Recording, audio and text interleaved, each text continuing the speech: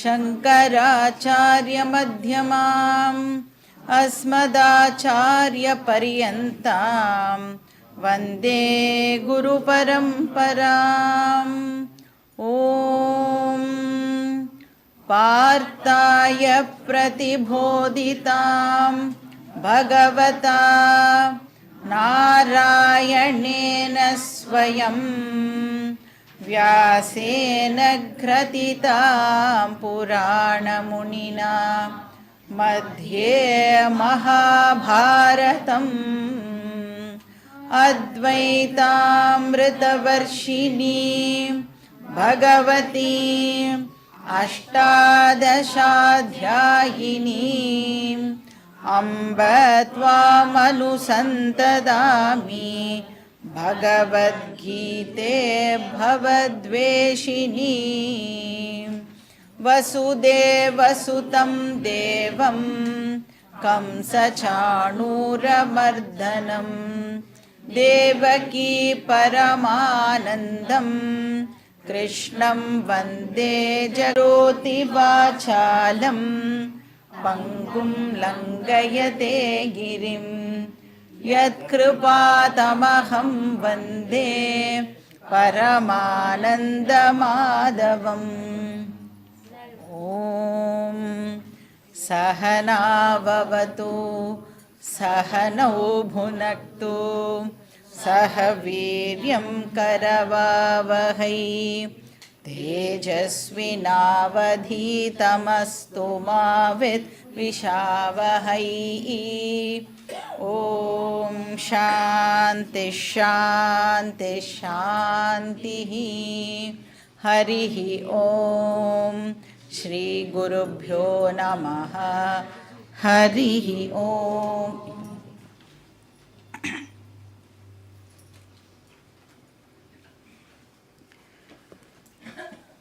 பாண்டவாசும் கௌரவாசும் வந்து இப்போது ஆப்போசிட் சைடில் நின்றுட்டு இருக்கான். பார்த்தோம். அவனுக்கு என்ன தாட் வந்தது? நான் கிட்டக்க போய் ஒரு வாட்டி யாரெல்லாம் நான் வந்து சண்டை போட போகிறேன் அப்படிங்கிறத ஒரு வாட்டி பார்க்கணும் அப்படின்னு அவனுக்கு தோன்றுறது. இப்போ இந்த தாட் வந்ததில்ல, அது வந்து ஒரு புண்ணிய பலத்தினால தான் இந்த தாட் அவனுக்கு ஏற்பட்டது அப்படின்னு நம்ம சொல்லலாம். அப்போ அவனோட வில்லெல்லாம் கூட ரெடியாக வச்சுட்டான், கையில் ரெடியாக எடுத்து வச்சுட்டுருக்கான்.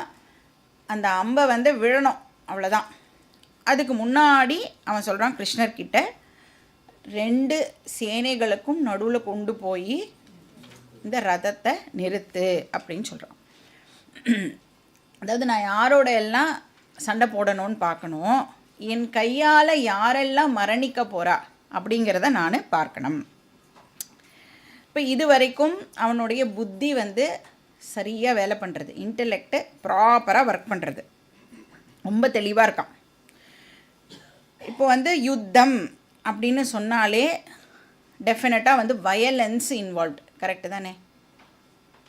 ஹிம்சா வந்து கண்டிப்பாக போர் அப்படின்னு சொன்னாலே இருக்கும். ஆனால் நம்மளுடைய தர்மசாஸ்திரம் சொல்கிறது அஹிம்சா பரமோ தர்மஹா அப்படின்னு சொல்லி, அது வந்து அதுதான் ஃபைனலா, அதுதான் அல்டிமேட்டானா அப்படி இருக்க முடியாது. எல்லாத்துக்கும் எக்ஸப்ஷன்ஸ் அப்படின்னு ஒன்று கண்டிப்பாக இருக்கும். இப்போ நம்ம வந்து ஜென்ரலி நம்மளுடைய டே டு டே லைஃப்பில் சில வேல்யூஸ் எல்லாம் ஃபாலோ பண்ணணும் அப்படின்னு சொல்கிறோம்ல, சிலதெல்லாம் நம்ம கண்டிப்பாக கடைப்பிடிச்சே ஆகணும்.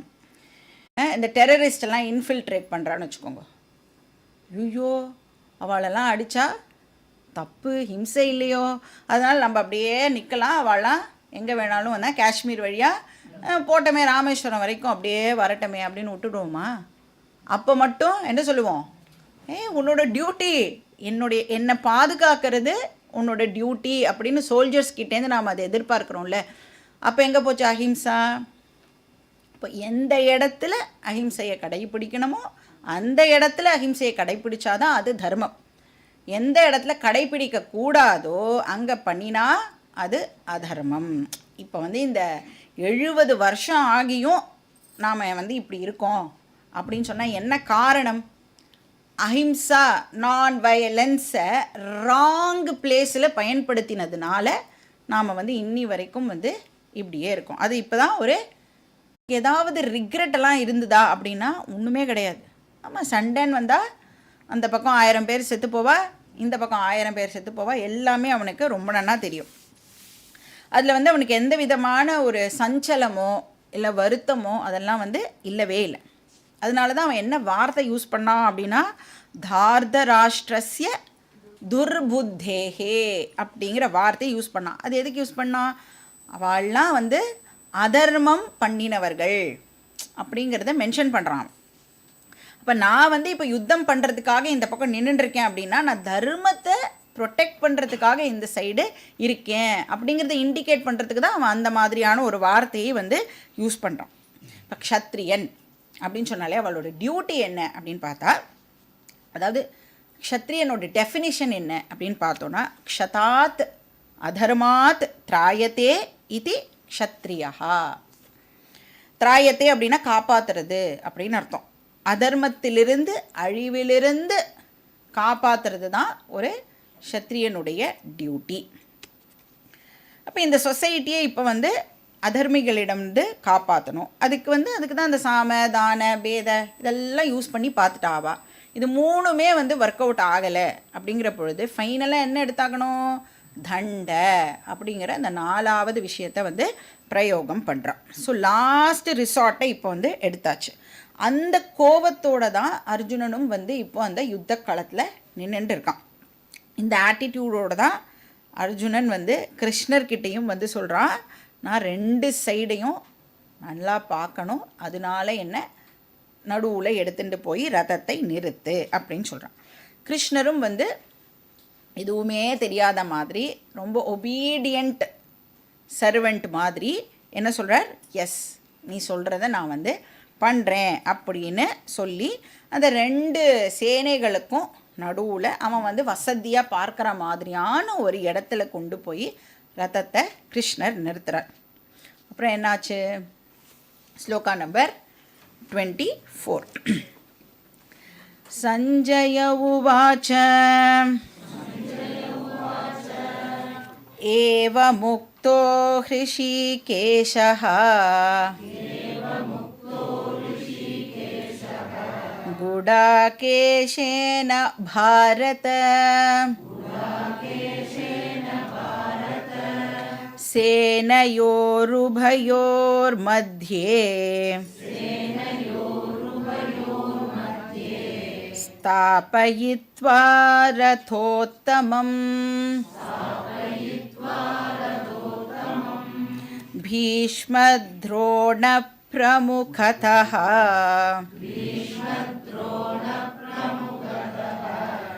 சர்வேஷாம் ச மஹீக்ஷிதாம் உவாச பார்த்த பஷ்யைதான் சமவேதான் குருநிதி.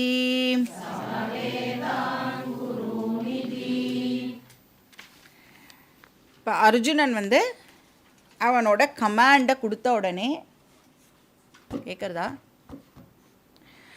அர்ஜுனன் வந்து இப்போது ரதத்தை நடுவில் நிறுத்து அப்படின்னு சொன்ன உடனே கிருஷ்ணரும் வந்து ஒரு வார்த்தை கூட இப்போ பேசாமல் அர்ஜுனன் சொன்னதை வந்து செஞ்சார். இதை வந்து சஞ்சயன் இப்போது ரிப்போர்ட் பண்ணுறார்.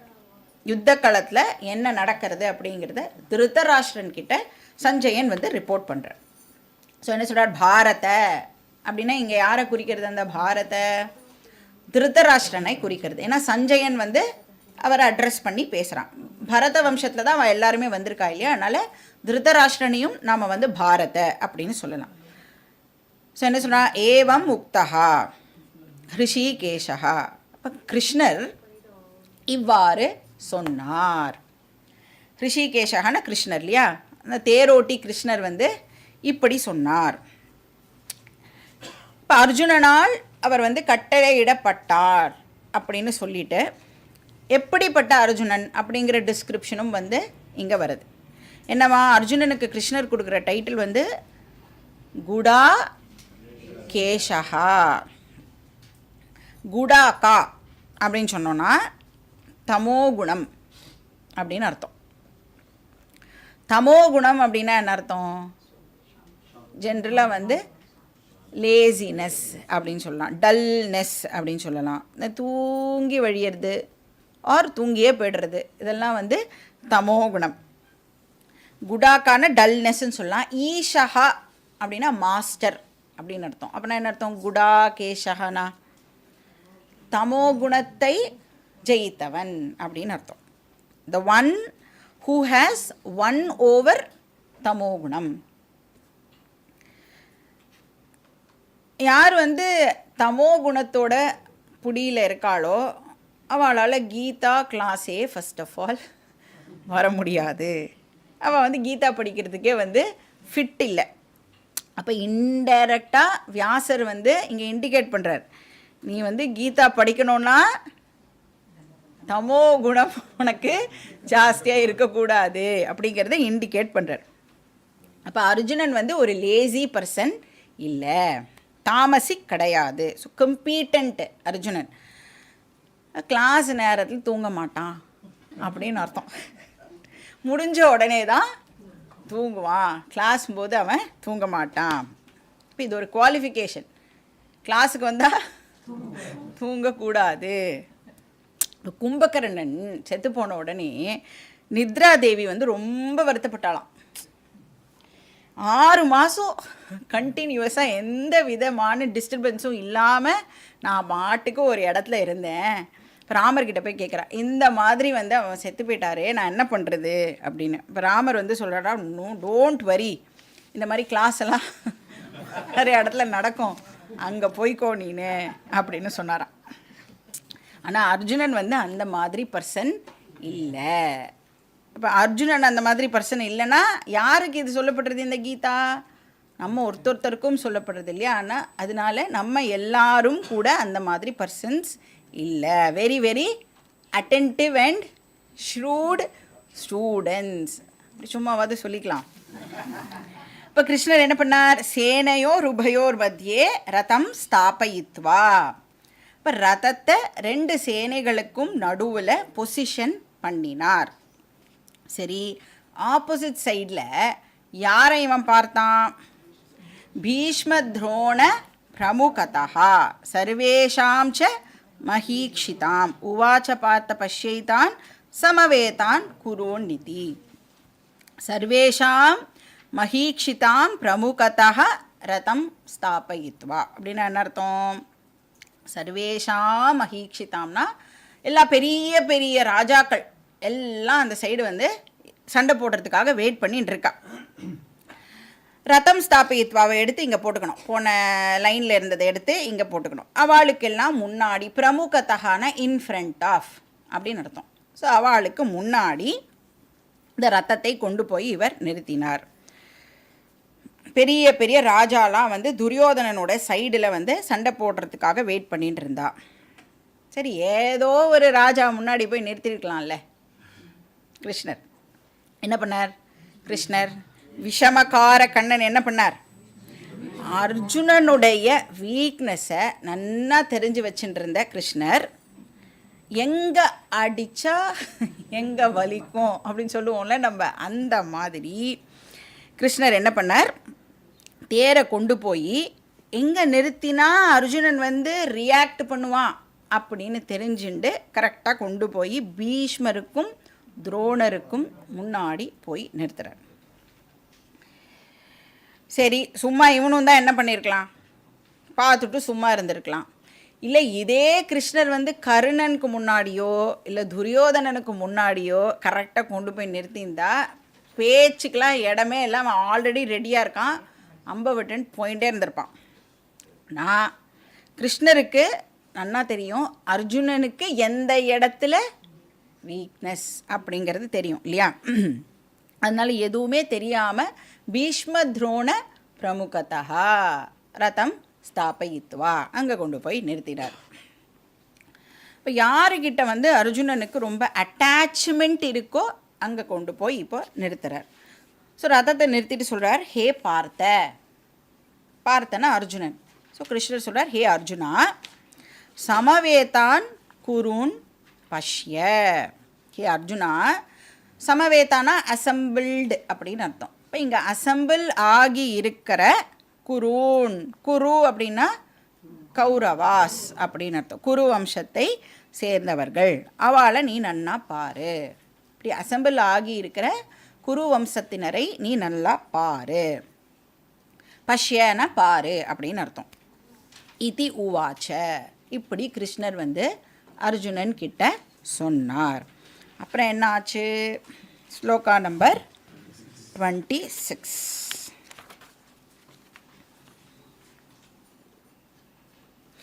தத்ர பஷ்ய ஸ்திதான் பார்த்த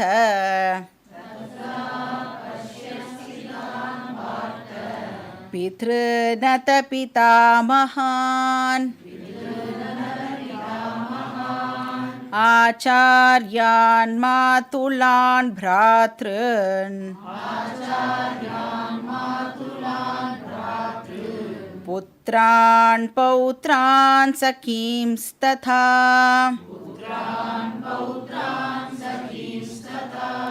ஸ்வசுரான் சுஹ்ருதஸ்சைவ சேனயோருபயோரபி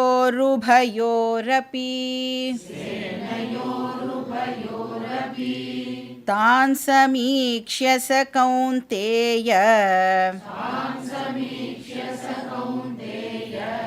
சர்வான் பந்தூன் அவஸ்திதான்.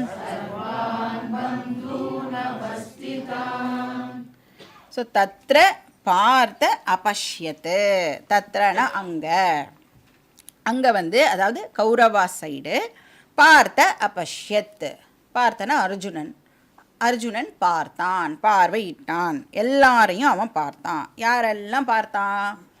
முக்காவாசி பேர் அந்த சைடில் இருக்கிறவா இவனுடைய சொந்தக்காரன். ஏதோ ஒரு வகையில் இவனுக்கும் வந்து அவள் ரிலேட்டடாக இருந்தாள். இந்த கித் அண்ட் கின் அப்படின்னு சொல்லுவோம்ல, அந்த மாதிரி. அப்போ இந்த சஞ்சயன் என்ன பண்ணுறான், அந்த ரிலேஷன்ஸோடைய பேரெல்லாம் வந்து இப்போ இங்கே லிஸ்ட் பண்ணுறான்.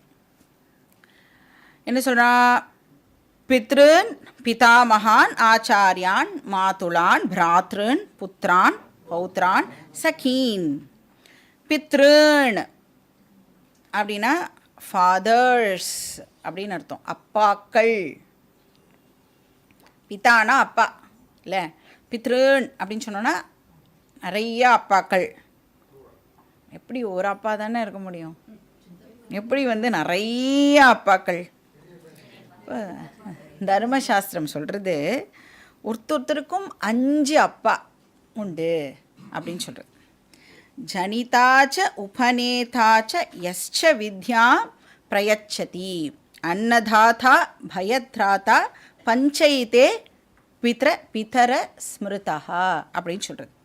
ஜனிதா, ஜனிதானா நம்மளுக்கே தெரியும், பயாலஜிக்கல் ஃபாதர், நம்மளுடைய அப்பா.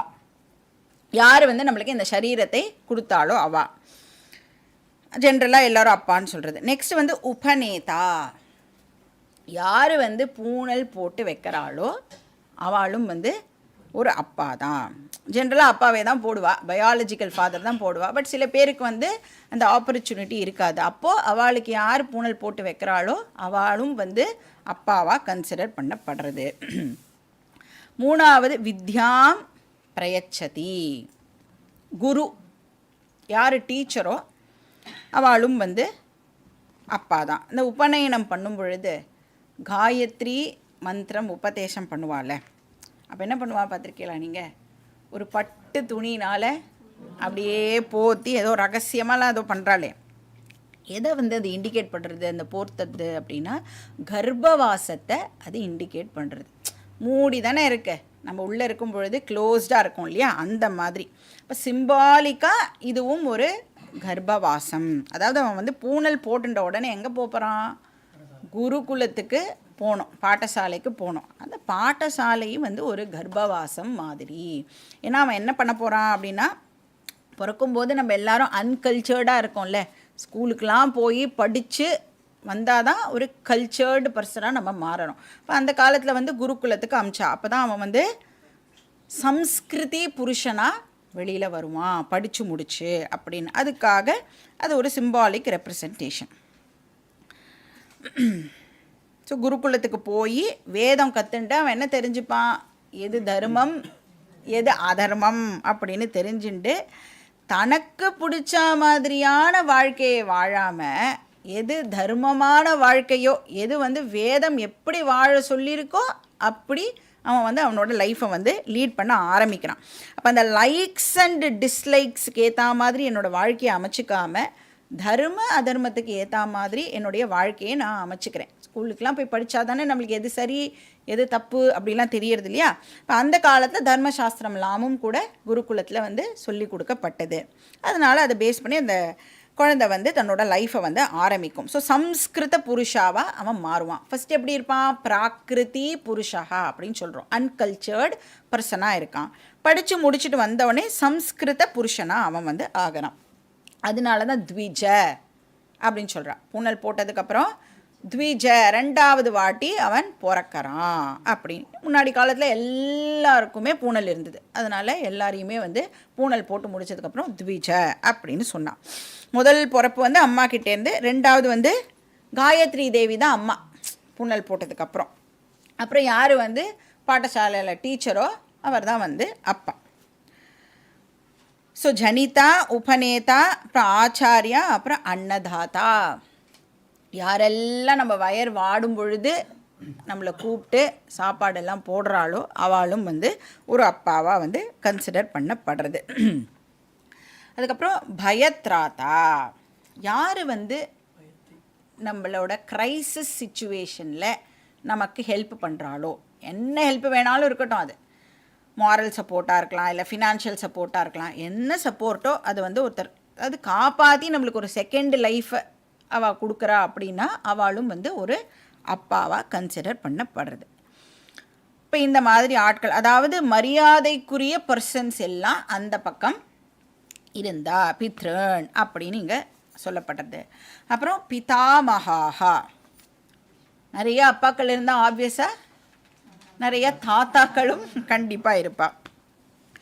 ஆச்சாரியான், டீச்சர்ஸ், டிஃப்ரெண்ட் ஃபீல்ட்ஸில் அவனுக்கு நிறைய சொல்லி கொடுத்த டீச்சர்ஸ் எல்லாமும் அந்த பக்கம் இருந்தா.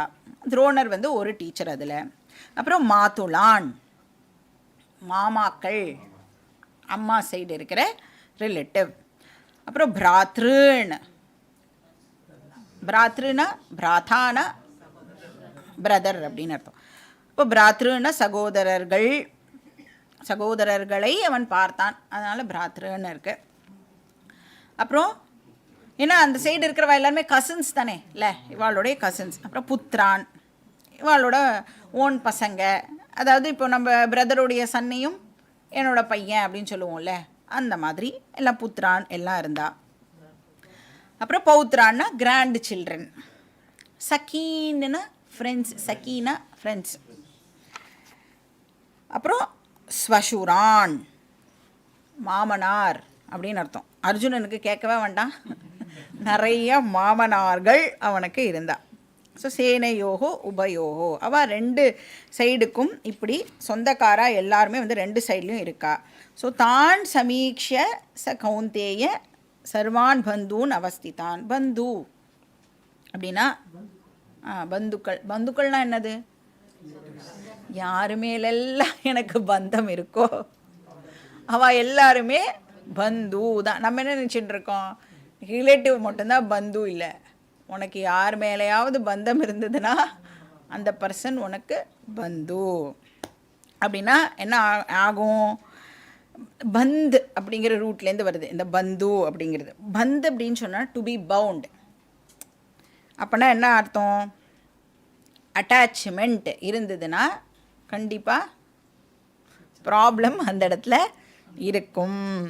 அதனால பாசக்கயிறு சொல்கிறோம்ல, பாசமே கயிறு தான்.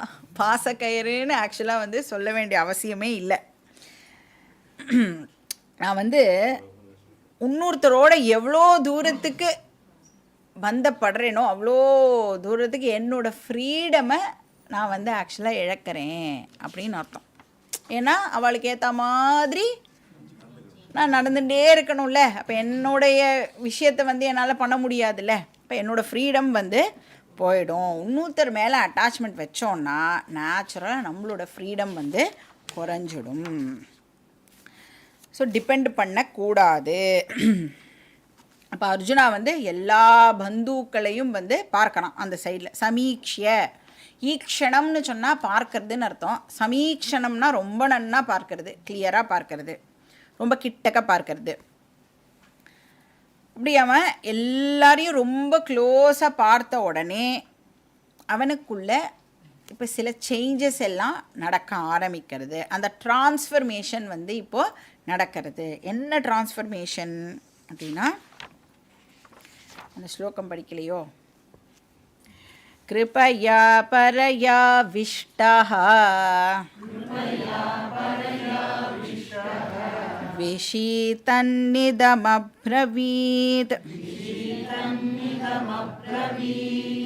கிருபயா பரயா விஷ்டஹா. இப்போ அர்ஜுனன் வந்து அட்டாச்மெண்ட்னால ஓவர் பவர்டு, அவனோட இன்டெலெக்ட் வந்து இப்போது அட்டாச்மெண்ட்னால அப்படியே மூழ்கி போயிருக்கு.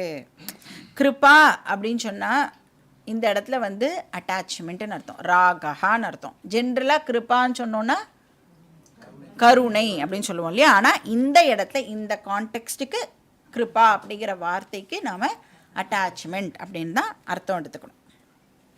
கிருபா அப்படிங்கிறது வந்து ஒரு ஞானியுடைய குணாதிசயம் ஆக்சுவலாக.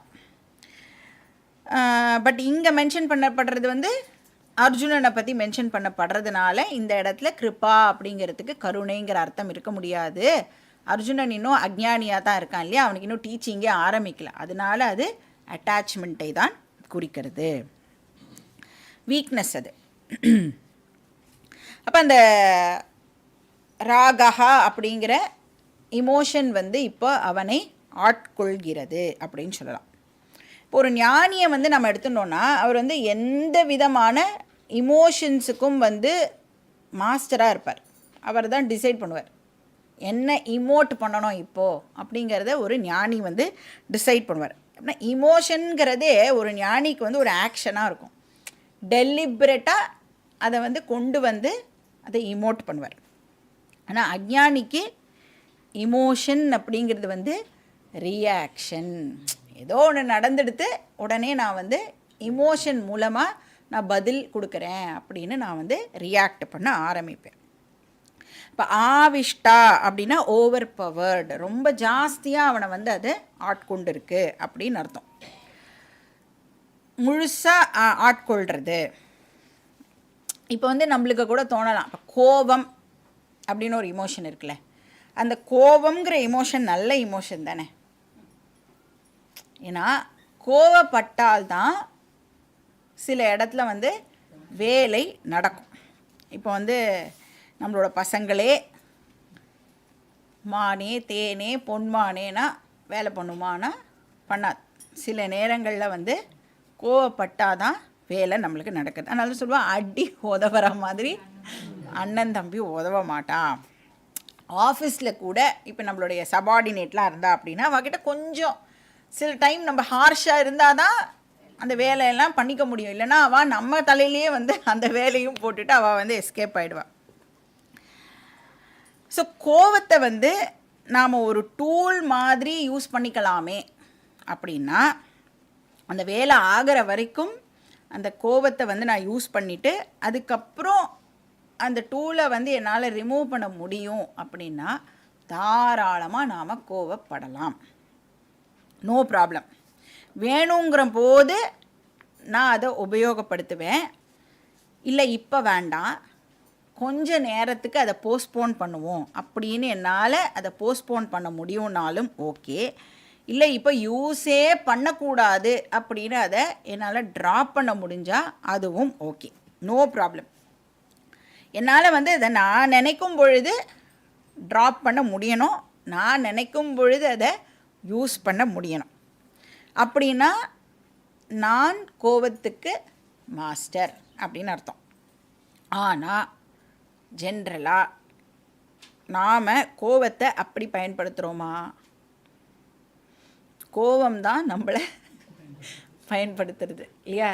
நிறைய நேரங்களில் வந்து கோபம் வந்து ரொம்ப அந்த கண்மூடித்தனமான கோபம்லாம் வந்துடுறது. என்ன பண்ணுறோம் அப்படின்னே கூட தெரியாத அளவுக்கு கோபம் வந்துடுது. எவ்வளோ தூரத்துக்கு கோபம் ஜாஸ்தியாச்சுன்னா ஃபிசிக்கலாலாம் கூட வந்து நம்ம அடிக்கிறோம்ல, அடிக்கிறதோ இல்லை எதையாவது தூக்கி போடுறதோலாம் வந்து எக்ஸ்ட்ரீம் லெவல் ஆஃப் கோபம். அதாவது மனசை விட்டு கோபம் இப்போ வெளியில் வரதுனால ஃபிசிக்கலாக கூட அது வந்து எக்ஸ்ப்ரெஸ் ஆகுது. ஆக்சுவலாக கோபம் எங்கே இருக்கணும்? மனசில் தான் இருக்கணும். ஆனால் அதுலேயே இடம் இல்லை, ஃபுல்லாக சேச்சுரேட் ஆகி வெளியில் வந்து அப்படியே தெரிச்சு விழுறது. அதனால தான் ஃபிசிக்கலாக வந்து நாம் அடிக்கிறது, தூக்கி போடுறது அதெல்லாம் பண்ணுறோம். அப்போ கோவத்தை நம்மளால் வந்து கண்ட்ரோல் பண்ணி ஒரு டூல் மாதிரி யூஸ் பண்ண முடியும்னா தாராளமாக நாம் வந்து கோவப்படலாம். யார்கிட்ட கோவப்படணுமோ அழகாக அந்த வேலைக்காக கோவப்பட்டுட்டு அதுக்கப்புறம் மறந்தே போயிடுவோம். நம்ம கோவப்பட்டு தான் மறந்து போயிடுவோம். அவா பாவம் அதை நினச்சிட்டு இருப்போம். அதை பற்றி நமக்கு என்ன வந்தது, நம்ம அடுத்த வேலையை பார்க்குறதுக்கு நாம் வந்து போயிடலாம். அப்போ வந்து அஜ்ஞானிக்கும் ஞானிக்கும் உள்ள டிஃப்ரென்ஸ் என்ன அப்படின்னா, ஒருத்தர் வந்து இமோஷனுடைய மாஸ்டர், இன்னொருத்தர் இமோஷனுடைய ஸ்லேவ். அப்போ அர்ஜுனன் இப்போ எப்படி இருந்தான்? கிருபையா ஆவிஷ்டா, ஓவர் பவர்டு பை அட்டாச்மெண்ட், ராகா ஆர் சம்சாரா அப்படின்னு கூட சொல்லலாம். அப்போ இந்த ராகா அப்படிங்கிற இமோஷன் வந்து அந்த பாசம் பந்தம் அப்படிங்கிற இமோஷன் வந்து இப்போ அவனுடைய மனசு முழுக்க வியாபிச்சு இருக்கு. ஒன்ஸ் ராகா வந்துடுத்து அப்படின்னா அதனுடைய ட்வின் பிரதர் யார்? இம்மீடியட்டாக பின்னாடியே யார் வந்துடுவான்? விஷீ தன்னிதம் அப்ரவீத், விஷாதம் துக்கம் வந்துடும், சாரோ கிரீஃப். எங்கெல்லாம் அட்டாச்மெண்ட் இருக்கோ அங்கெல்லாம் கட்டாயம் என்ன இருக்கும்னா துக்கம் கண்டிப்பாக இருந்தே தீரும். ஏன்னா அட்டாச்மெண்ட்டும் சாரோவும் ஒரே காயினுடைய 2 சைட்ஸ். கண்டிப்பாக அட்டாச்மெண்ட் இருக்கிற இடத்துல துக்கம் இருக்கும். இப்போ எவ்வளோக்கு எவ்வளோ ஒரு பொருள் மேலேயோ இல்லை ஒரு பர்சன் மேலேயோ நாம் வந்து அட்டாச்மெண்ட்டை வைக்கிறோமோ அந்த அளவுக்கு அந்த பொருள்கிட்டே இருந்தோ அந்த பர்சன்கிட்டே இருந்தோ நாம் துயரத்தை அனுபவிச்சே தீரணும். இப்போ நம்ம பசங்க மேலே அவ்வளோ அட்டாச்மெண்ட்டெல்லாம் வைக்கிறோம்ல, எப்படி அவளை வந்து பார்த்து பார்த்து வளர்க்குறோமே, அப்புறம் அவள் என்ன பண்ணுவா? ஒரு நாள் என்ன சொல்லுவா? என்ன பெருசாக நீ எனக்கு பண்ணிட்ட, வேற அப்பா அம்மா பண்ணாததை நீ எனக்கு என்ன பெருசாக பண்ணிட்ட அப்படின்னு கேட்கும் பொழுது அந்த ஹிருதயம் எப்படி வலிக்கும்? ஏன்னா எவ்வளோ பாசமாக வளர்த்தோம், எவ்வளோ அட்டாச்சாக வளர்த்தோம்ல. அப்போ அந்த மாதிரி சொல்லும் பொழுது துக்கத்தை கண்டிப்பாக அனுபவிச்சே தீரணும். எவ்வளோக்கு எவ்வளோ, அது டைரெக்ட்லி ப்ரொபோஷனல்னு போட்டுக்கணும். எவ்வளோக்கு எவ்வளோ அட்டாச்மெண்ட் வைக்கிறோமோ அவ்வளோக்கு எவ்வளோ நாம் துக்கத்தை அனுபவிக்கணும். அப்போ அர்ஜுனனோட கேஸில் பரையா கிருப்பையா அட்டாச்மெண்ட் வந்து அதி தீவிரமாக இருந்தது, ரொம்ப ஜாஸ்தியாக இருந்தது. அதனால அவனோட சோகமும் எப்படி இருக்கும்? ரொம்ப ஜாஸ்தியாக இருந்தது. அப்போ இந்த இடத்துல வந்து அர்ஜுனனுடைய மனசில் ஏற்படுற அந்த சேஞ்சஸ் வந்து இங்கே இண்டிகேட் பண்ணப்படுறது. ஆங்க்ரி அர்ஜுனா இப்போ வந்து சாரி அர்ஜுனாவாக ஆயிட்டான். கோபமாக இருந்தான், அவளை பார்த்த உடனே இப்போ அந்த மனசு முழுக்க அந்த கோபங்கிறது போய் இப்போ வந்து ராகா வந்து அந்த மனசை வந்து ஃபுல்லாக வியாபிச்சிருக்கு. அப்போ இந்த ராகா வந்துடுறதுனால சோகம் நேச்சுரலாக வந்துடுறதா? சோகம் நம்ம மனசை வந்து ஆட்கொண்டுடுதுன்னு சொன்னால் இப்போ புத்தியை என்ன பண்ணும்? புத்தியோட வேலை என்ன? புத்தியோட மெயின் ஃபங்க்ஷன் என்ன? பிரித்து பார்க்கணும். இப்போ பண்ண போகிற வேலை சரியா தப்பா அப்படின்னு. இப்போ இந்த சோகம் வந்து மனசு முழுக்க அப்படியே போட்டு மனசை வந்து எதுவுமே பண்ண விடாமல் தடுத்துடுதுன்னா புத்தி வந்து இப்போது கன்ஃபியூஸ் ஆகி எது சரி எது தப்பு அப்படின்னே இப்போ தெரியாமல் என்ன சொல்கிறது, இப்போ நம்மக்கிட்ட ஏதாவது கேட்டான்னா நான் என்ன ஆன்சர் பண்ணுறது அப்படின்னே இப்போ புத்திக்கு தெரியாமல் அது வந்து அந்த விழி பிதுங்கி நிற்கிறதுலாம் சொல்லுவோம்ல, அந்த மாதிரி இப்போ புத்தி என்ன பண்ணுறதுனே தெரியாமல் கன்ஃபியூஸ் ஆகிடுறது. அப்போ இந்த சோல்ஜர் அர்ஜுனா இப்போ சம்சாரி அர்ஜுனாவாக ஆயிட்டான். இதுதான் வந்து ஃபஸ்ட்டு ஸ்டேஜ் ஆஃப் இன்ட்ரொடக்ஷன் அப்படின்னு சொல்லலாம். கீதா படிக்கிறதுக்கு முன்னாடி ஒரு பர்சன் இந்த 3 ஸ்டேஜஸையும் கிராஸ் பண்ணி இருக்கணும். அந்த மாவீரன் வந்து சம்சாரியாக இப்போ ஆகிறான், சம்சாரி ஸ்டூடெண்ட்டாக ஆகிறான். இந்த ஸ்டேஜஸை நாம் ஒருத்தரும் வந்து கிராஸ் பண்ணணும். அப்படின்னா என்ன அர்த்தம்? இதெல்லாம் நான் அண்டர்கோ பண்ணியிருக்கேனா என்னோடய லைஃப்பில்? நான் வந்து அட்டாச்மெண்ட்னால எங்கேயாவது துக்கப்பட்டிருக்கேனா? துக்கப்பட்டதுனால நான் எடுத்த முடிவு ஏதாவது தப்பாக போயிருக்கா? கண்டிப்பாக நடந்திருக்கும் இல்லையா? நாம் வந்து அதை ப்ராபப்ளி யோசிக்காமல் விட்டுருப்போம், திருப்பி ரியலைஸ் பண்ணாமல் விட்டுருப்போம். இப்போ எடுத்து யோசித்து பார்க்கணும், அந்த மாதிரி நம்மளுக்கு ஏதாவது நடந்ததா? அப்போ ஒரு ஆர்டினரி பர்சனாக இருந்தேன்னா சம்சாரியாக இருக்கேன் அப்படிங்கிறது நம்மளுக்கு தெரியும். நான் சம்சாரியாக தான் இருக்கோம், ஆனால் இருக்கேன் அப்படிங்கிறத நாம் வந்து இப்போது உணரணும். சம்சாரியாக இருக்கிறேன்னா இந்த சம்சாரத்திலேருந்து வெளியில் வரணும் அப்படிங்கிறதுக்காக இப்போது ஸ்டூடெண்ட்டாக கன்வெர்ட் ஆகணும். இந்த கன்வர்ஷன் நடந்தால் தான் கீதா சாஸ்திரம் ஆரம்பிக்கும். அப்படின்னா என்ன அர்த்தம்? கிளாஸு நடக்கும், நமக்குள்ள கிளாஸு போகணும். அப்படின்னா கிளாஸில் சொல்கிற ஒரு விஷயமும் ரிலவெண்ட்டாக இருக்கணும். எனக்கும் கிளாஸுக்கும் என்ன சம்பந்தம் அப்படின்னா, இந்த கன்வர்ஷன் நடந்திருந்ததுன்னா ஒரு கிளாஸும் நம்மளுக்கு அந்த அல்வா சாப்பிட்ற மாதிரி இருக்கும். ஆமாம், இதானே இதானே இதானே அப்படின்னு நம்மளுக்கு புரியும். இப்போ நம்ம பார்க்கறது வந்து அந்த ஃபஸ்ட்டு ஸ்டேஜ். இப்போ வியாசரால் வந்து ட்ரமட்டைஸ்லாம் பண்ணி எழுத முடியாது. அவர் வந்து ஒரு நாடகம்லாம் இப்போ வந்து எழுதலைல்ல. அதனால் மேக்ஸிமம் என்ன வார்த்தைகளை யூஸ் பண்ணி அங்கே இருக்கிற சிச்சுவேஷனை எக்ஸ்பிளைன் பண்ண முடியுமோ, ஏன்னா அவனுடைய மனசில் நடக்கிற விஷயத்த இப்போ அவர் வந்து எக்ஸ்பிளைன் பண்ணணும் இல்லையா? அதனால் நிறைய வார்த்தைகளை போட்டு அதை வந்து எக்ஸ்பிளைன் பண்ணுறதுக்கு ட்ரை பண்ணுறார். அதனால் கிருப்பையா பரையா ஆவிஷ்டா அப்படின்ற வார்த்தையை போடுறார். நம்ம சைட்லேருந்து என்ன பண்ணணும்? நிறைய இமேஜின் பண்ணணும். இப்போ வந்து இந்த இடத்துல நாம் ஸ்டாப் பண்ணிவிட்டு நாம் வந்து நம்மளை அர்ஜுனனோட இப்போ ஐடென்டிஃபை பண்ணிக்கணும். அந்த இடத்துல இப்போது நாம் இருக்கிற மாதிரி. அதுக்காக நம்ம வந்து யுத்தம்லாம் நம்மளால் நினச்சா கூட யுத்தம்லாம் பண்ண முடியாது. நம்ம வீட்டில் ஒரு குட்டியாக யுத்தம் பண்ணுவோம்ல, அதை வந்து நீங்கள் இமேஜின் பண்ணிட்டு கோபம் வரும், அழுக வரும், அதெல்லாம் வருது இல்லை நம்மளுக்கு. அந்த இடத்துல இப்போ நீங்கள் உங்களை இமேஜின் பண்ணிட்டு இதெல்லாம் நாம் கோ த்ரூ பண்ணுறோம் அப்படின்னு ஐடென்டிஃபை பண்ணிக்கோங்க. இப்போ அர்ஜுனன் வந்து பீஷ்மர் துரோணரோட முகத்தை பார்க்குற மாதிரி விஷுவலைஸ் பண்ணணும். பார்த்த உடனே அவனுக்கு வந்து என்ன ஞாபகத்துக்கு வரும்? கடந்த கால அனுபவங்கள் எல்லாம் அவனுக்கு ஞாபகத்துக்கு வரும். எப்படி இவா வந்து என்ன பாராட்டி சீராட்டி வளர்த்தா.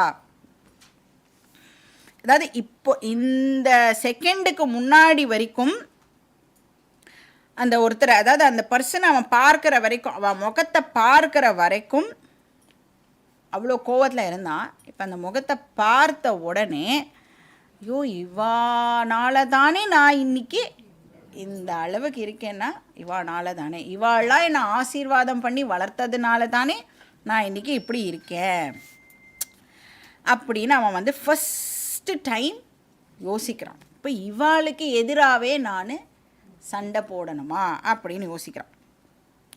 அப்புறம் இப்போ போர்லாம் ஆரம்பிச்சுடுத்துனா விஷுவலைஸ் பண்ணுறான் அர்ஜுனன் அந்த இடத்துல இருந்தேன். இப்போ போர் ஆரம்பிச்சுடுத்துனா இந்த சைட்லேருந்து நான் நிறையா அம்புலாம் போட ஆரம்பிச்சிடுவேனே, அப்போ ஆப்போசிட் சைடில் கண்டிப்பாக பீஷ்மரும் துரோணரும் செத்து போயிடுவாளே அப்படின்னு இவன் யோசிக்கிறான். அப்போ இவனுக்கு என்ன கான்ஃபிடென்ஸ் இருக்கணும்? நான் வந்து வில்லை எடுத்தேன்னா கண்டிப்பாக அந்த பக்கம் இருக்கிறவங்க எல்லாரும் காலி, அப்போ ஜெயிச்சிடுவேன் அப்படிங்கிற கான்ஃபிடென்ஸ் அவனுக்கு இருந்தது. சரி, பீஷ்மரையும் துரோணரையும் வந்து கொன்னுட்டு இந்த போரில் வந்து ஜெயிச்சுட்டு சப்போஸ் நான் வந்து அரண்மனைக்கு போனேன் அப்படின்னா யார் வந்து நான் சண்டை போட்டதெல்லாம் பாராட்டி பேசுவேன்? நான் எப்படியெல்லாம் அந்த வீர பராக்கிரமங்கள் எல்லாம் யாருக்கிட்ட போய் சொல்லுவேன்? யார் வந்து என்னை வந்து அப்ரிஷியேட் பண்ணுவா? யாருமே இருக்க மாட்டாளே அந்த அரண்மனையில். அவள் இல்லாத லைஃப்பை வந்து இவனால் இப்போது இமேஜின் கூட பண்ணி பார்க்க முடியலை. இன்னும் அவளுக்கு எதுவுமே ஆகலை, போரே இன்னும் ஸ்டார்ட் ஆகலை. ஆனால் அதுக்குள்ளே இவன் எப்படி இமேஜின் பண்ணிட்டான், இவன் ஜெயிக்கிற மாதிரியும் ஜெயிச்சுட்டு இவன் அரண்மனைக்கு போனால் அங்கே யாருமே இருக்க மாட்டா, அப்போ நான் யார்கிட்ட போய் இதெல்லாம் சொல்லுவேன். அப்போது நம்மளோட மனசு வந்து எவ்வளோ வேகமாக இந்த தாட்ஸ் எல்லாம் ப்ராசஸ் பண்ணுறது. எவ்வளோ வாட்டி நம்ம இந்த மாதிரிலாம் இமேஜின் பண்ணியிருக்கோம். ஒன்றுமே இல்லை, யாராவது ஒருத்தர் லேட்டாக வந்துட்டா வீட்டுக்கு, 9 o'clock வர வேண்டியவா 9 o'clock வரலை, ஃபோனும் அவகிட்டேருந்து வரலை, 10 மணி ஆச்சு அப்படின்னா என்னெல்லாம் தாட்ஸ். அவளுக்கு எதாவது எடுத்தோ, அவள் ஹாஸ்பிட்டலில் போய் அட்மிட் ஆகிட்டா, அவளுக்கு வந்து ஹார்ட் அட்டாக் வந்துடுத்தோ, அவளுக்கு இதாக எடுத்து ஹார்ட் அட்டாக் வந்ததுனால தான் ஃபோனை வந்து எடுக்க முடியல, இல்லை ஃபோனை எவனோ திருடின்னு போயிட்டான், அந்த ஃபோனை திருடின பின்னாடி இவன் ஓடி போயிருப்பான், அதனால் இவனால் ஃபோனை பேச முடியல, என்னெல்லாமோ இமேஜின் பண்ணுறோம்ல. அப்போ அந்த இமேஜினேஷனால் நம்மளுக்கு எவ்வளோ துக்கம் ஏற்படுறது. அவளுக்கு நிஜமாக ஒன்றுமே ஆகியிருக்காது. அவள் வந்து இன்னொரு 5 நிமிஷம் அந்த பொறுமையாக இருந்ததோன்னா அவள் வந்து பெல் அடிக்க போகிறா, நம்ம கதவை திறந்து அவளை பார்க்க போகிறோம். ஆனால் அதுக்குள்ளே அவ்வளோ தூரம் இமேஜின் பண்ணி எவ்வளோ தூரத்துக்கு நம்ம மனசை வந்து சோகப்படுத்தி, நாமளும் துக்கப்பட்டு நம்மளை சுற்றி இருக்கிறவாளையும் வந்து கஷ்டப்படுத்தி எல்லாம் பண்ணுறோம்ல. இமேஜினேஷனுக்கு அவ்வளோ பவர் இருக்குது. நம்மளை வந்து துக்கப்படுத்துகிற பவர் வந்து இமேஜினேஷனுக்கு இருக்குது. அப்படி எல்லாம் வந்து இப்போ இமேஜின் பண்ணி அவன் வந்து இன்னுமே வந்து துக்கப்பட ஆரம்பிக்கிறான். இப்போ இதே வந்து ஒரு படமாக இருந்ததுன்னு வச்சுக்கோங்களேன். இப்போ வந்து இந்த மகாபாரத சீரியல் பார்த்தோம். அப்போ வந்து 5 இடத்துல கேமரா வச்சு துரோணர் மூஞ்சியை ஃபஸ்ட்டு காமிக்கலாம், அப்புறம் பீஷ்மர் மூஞ்சி, திருப்பி அர்ஜுனன் மூஞ்சி, இப்படி மாற்றி மாற்றி காமிக்கலாம். ஆனால் பாவம் வியாசருக்கு வந்து அந்த லிபர்ட்டிலாம் இல்லவே இல்லை. அதனால் வந்து ஏதோ வார்த்தை, அவருக்கு தெரிஞ்ச வார்த்தையெல்லாம் போட்டு நம்மளுக்கு சொல்கிறார். இப்போ அவன் வந்து ராகா ஷோகா அதில் இருக்கான். இந்த மோகம் அப்படிங்கிறது வந்து இப்போ அவனை அஃபெக்ட் பண்ண போகிறது. அது வந்துடுதுன்னா கம்ப்ளீட் சம்சாரி அப்படின்னு சொல்லிடலாம். இப்போ இந்த ஷோகம்ங்கிற 2வது ப்ராப்ளம் அவனை அட்டாக் பண்ணிடுது. சரி, அர்ஜுனனுக்கு வந்து இந்த அட்டாச்மெண்ட் இருக்கே ராகா, அது யுத்த பூமியிலே தான் வந்ததுக்கு அப்புறம் தான் அந்த அட்டாச்மெண்ட் வந்து அவனுக்கு டெவலப் ஆச்சா? இப்போ நம்ம யாரோடையாவது சண்டை போடுறோன்னு வச்சுக்கோங்க, உங்கள் பசங்களோடையே நீங்கள் சண்டை போடுறீங்கன்னா அந்த நேரம்தான் பசங்க மேலே நம்மளுக்கு அட்டாச்மெண்ட் ஏற்படுமா? எப்போலேருந்தோ நான் அட்டாச்சாக இருந்தேன், ஆனால் அந்த அட்டாச்மெண்ட்டை எக்ஸ்ப்ரெஸ் பண்ணுறதுக்கு ஏதோ ஒரு சிச்சுவேஷன் நம்மளுக்கு தேவைப்படுறது இல்லையா? இப்போ எப்போலேருந்தோ அர்ஜுனனுக்கு வந்து இந்த பற்றானது இருக்குது, ஆனால் வெளியில் தெரியாமல் இருந்திருக்கு இவ்வளோ நாள். இப்போ இந்த சந்தர்ப்பத்தில் அந்த யுத்த பூமியில் அதுவும் அவனுக்கு ரொம்ப பிரியமானவர்களை அவன் பார்க்கும்போது அவனுக்கு வந்து அந்த அட்டாச்மெண்ட் இப்போது வெளியில் எக்ஸ்ப்ரெஸ் ஆகிறது. அப்போ சம்சாரா டிசீஸ் அவனுக்கு எவ்வளோ காலமாக இருந்தது? அனாதி காலமாக இந்த சம்சாரா டிசீஸ் வந்து இருந்தது. ஆனால் நோ சிம்டம்ஸ். அது என்ன, ஆர்டிபிசிஆர் பண்ணினா தான் நம்மளால் கண்டுபிடிக்க முடியறது டிசீஸ் இருக்குன்னு. இப்போ பேட்டில் ஃபீல்டுக்கு வந்த உடனே தான் அவனுக்கு இந்த ப்ராப்ளம் தனக்கு இருக்குது அப்படிங்கிறதே ஐடென்டிஃபை பண்ண முடியுது. நம்ம எல்லாருக்கும் கூட இதே ப்ராப்ளம் தான். இந்த அட்டாச்மெண்ட் நம்மளுக்கு இருக்குது அப்படின்னு கண்டுபிடிக்கிறதே வந்து ரொம்ப கஷ்டம். ஸோ கண்டுபிடிக்காத வரைக்கும் blissfully ignorant அப்படின்னு சொல்லிக்கலாம். ஆனால் இக்னோரன்ஸ் என்றைக்காக இருந்தாலும் ப்ராப்ளம். எப்பயுமே நாலேஜபிளாக இருந்தால் தான் பவர்ஃபுல்லாக இருக்க முடியும். ஸோ ப்ராப்ளம் இருக்குது அப்படிங்கிறதே நம்மளுக்கு தெரியலைன்னா நம்ம வந்து எங்கேயாவது சல்யூஷனை தேடி போவோமா? ஃபஸ்ட்டு என்ன பண்ணணும்? ப்ராப்ளம் எனக்கு இருக்குது அப்படிங்கிறத ஐடென்டிஃபை பண்ணணும். அப்போ தான் நம்மளுக்கு வந்து சல்யூஷன் வந்து ரிலவெண்ட்டாக இருக்கும். இப்போ இந்த சில பேருக்கு எப்படி இருக்கும், இந்த அட்டாச்மெண்ட் வந்து தெரியாமன்னா இந்த கேன்சர் பேஷண்ட்ஸ்லாம் இருக்கால பாவம், அவள்லாம் சில பேர்லாம் பார்த்தீங்கன்னா 3rd ஸ்டேஜ் 4th ஸ்டேஜ் அப்போ தான் வந்து கண்டே பிடிப்பா. இப்போ அவளுக்கு டைமே இருக்காது அவளை வந்து இது பண்ணுறதுக்கே. இப்போ டாக்டர் என்ன சொல்லிடுவா? ஒன்றுமே பண்ண முடியாது அப்படின்னு சொல்லிடுவா. ஸோ நம்மளுக்கு எப்பயாவது ஒரு வாட்டி தான் ஏதோ ஒரு சந்தர்ப்பத்தில் அது வந்து எக்ஸ்ப்ரெஸ் ஆகும். இல்லை யாராவது சொல்லும் பொழுது நமக்கு அதை ரிலேட் பண்ணி பார்த்துன்னு இந்த ப்ராப்ளம் நமக்கு இருக்குது. அப்போ அர்ஜுனனுக்கு சொல்லும் பொழுது அதை ரிலேட் ஆகுது நம்மளுக்கு பண்ணி பார்த்துக்க தெரியணும். அப்போ பண்ணாதான் நம்மளுக்கு வந்து இந்த சொல்யூஷன் வந்து நம்மளால் வந்து அதை அப்ரிஷியேட் பண்ண முடியும். இப்போ அர்ஜுனன் இந்த சிச்சுவேஷனில் இப்போ இருக்கான். விஷீதன் அப்படின்னு சொன்னால் சோகமாக இருக்கான். எவ்வளோ சோகமாக இருக்கான் அது வந்து அடுத்த ஸ்லோகம். ஸ்லோகா நம்பர் 28. அர்ஜுன உவாச்ச திருஷ்ட்வேமம் ஸ்வஜனம் கிருஷ்ண யுயுத்சும் சமுபஸ்திதம் சீதந்தி மம காத்ராணி முகம் ச பரிசுஷ்யதி வேபதுஷ்ச ஷரீரே மே ரோமஹர்ஷஸ்ச ஜாயதே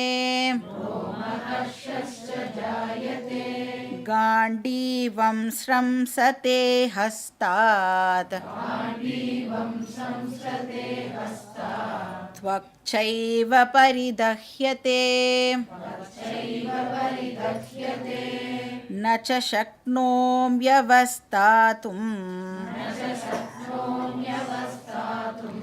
भ्रमतीव च मे मनः. இப்போ இந்த 26லேருந்து 28 ஸ்லோகம் வரைக்கும் அந்த ராகா அப்படிங்கிற ப்ராப்ளம் வந்து சொல்லப்பட்டது. அதுதான் வந்து சம்சாராவுடைய ஃபஸ்ட்டு சிம்டம் அப்படின்னு பார்த்தோம். இப்போ இந்த 28லேருந்து 31 வரைக்கும் ரெண்டாவது சிம்டம் பற்றி வியாசர் சொல்கிறார். ரெண்டாவது சிம்டம் என்னது? சோகம். இப்போ ராகாலேருந்து நாம் வந்து சோகத்துக்கு போனோம். இதுக்கப்புறம் என்ன வரும்?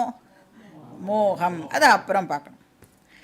இப்போ இது வந்து யூனிவர்சல் ப்ராப்ளம் அப்படிங்கிறத நாம் அண்டர்ஸ்டாண்ட் பண்ணிக்கணும். இது வந்து நாட் ஜஸ்ட் அர்ஜுனாஸ் ப்ராப்ளம், இது வந்து யூனிவர்சல் ப்ராப்ளம். ஒருத்தருக்கும் வந்து என்ன வந்து டிஃபர் ஆகும் அப்படின்னா எது மேலே பற்று வச்சுருக்கோம் அப்படிங்கிறது வேணால் ஒருத்தருக்கும் டிஃபர் ஆகுமே ஒழிய, ஆனால் பற்று அப்படிங்கிறது எல்லாரும் கட்டாயம் எது மேலேயோ இல்லை யார் மேலேயோ வந்து கண்டிப்பாக வச்சுருப்போம். பற்று அப்படிங்கிறது எல்லாருக்கும் காமன்.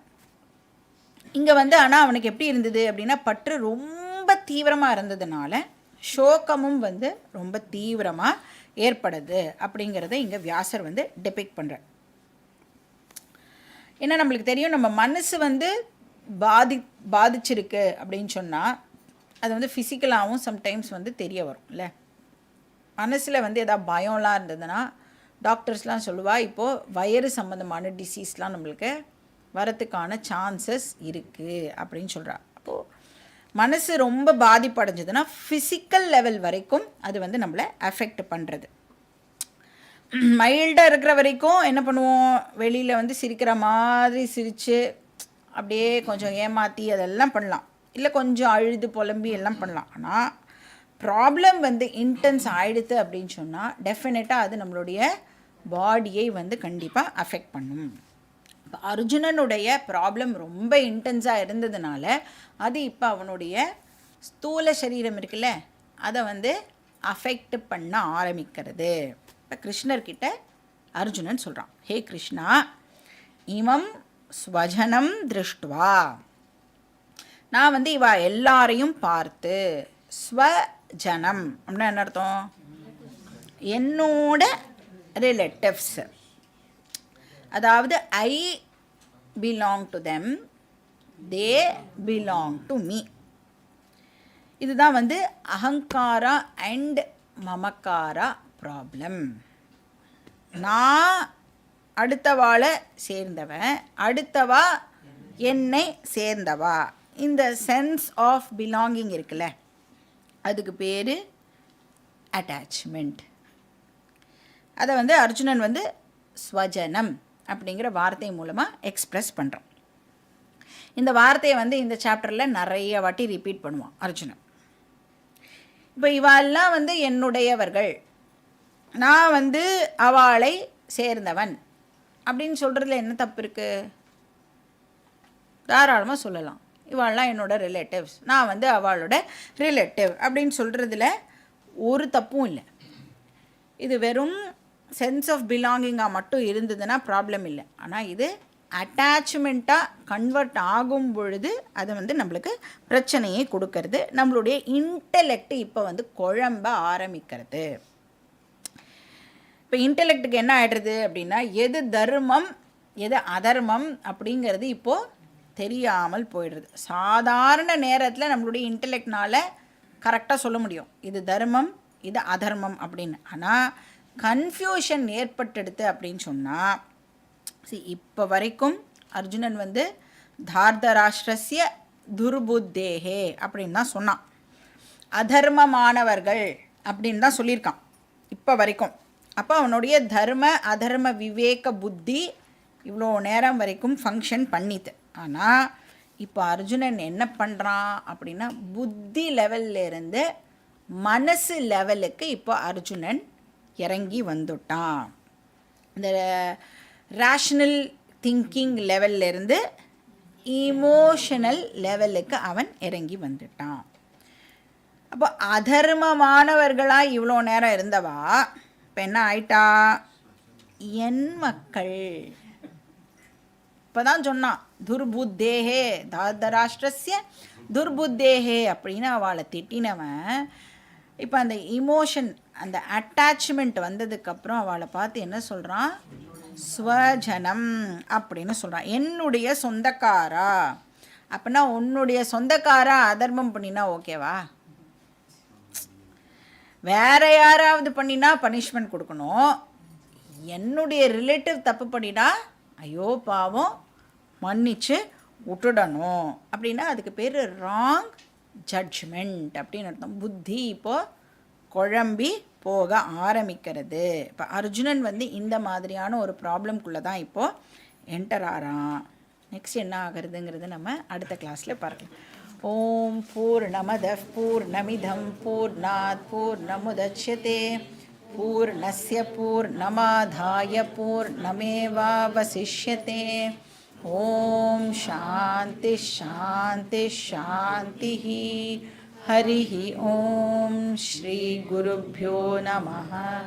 हरिः ॐ.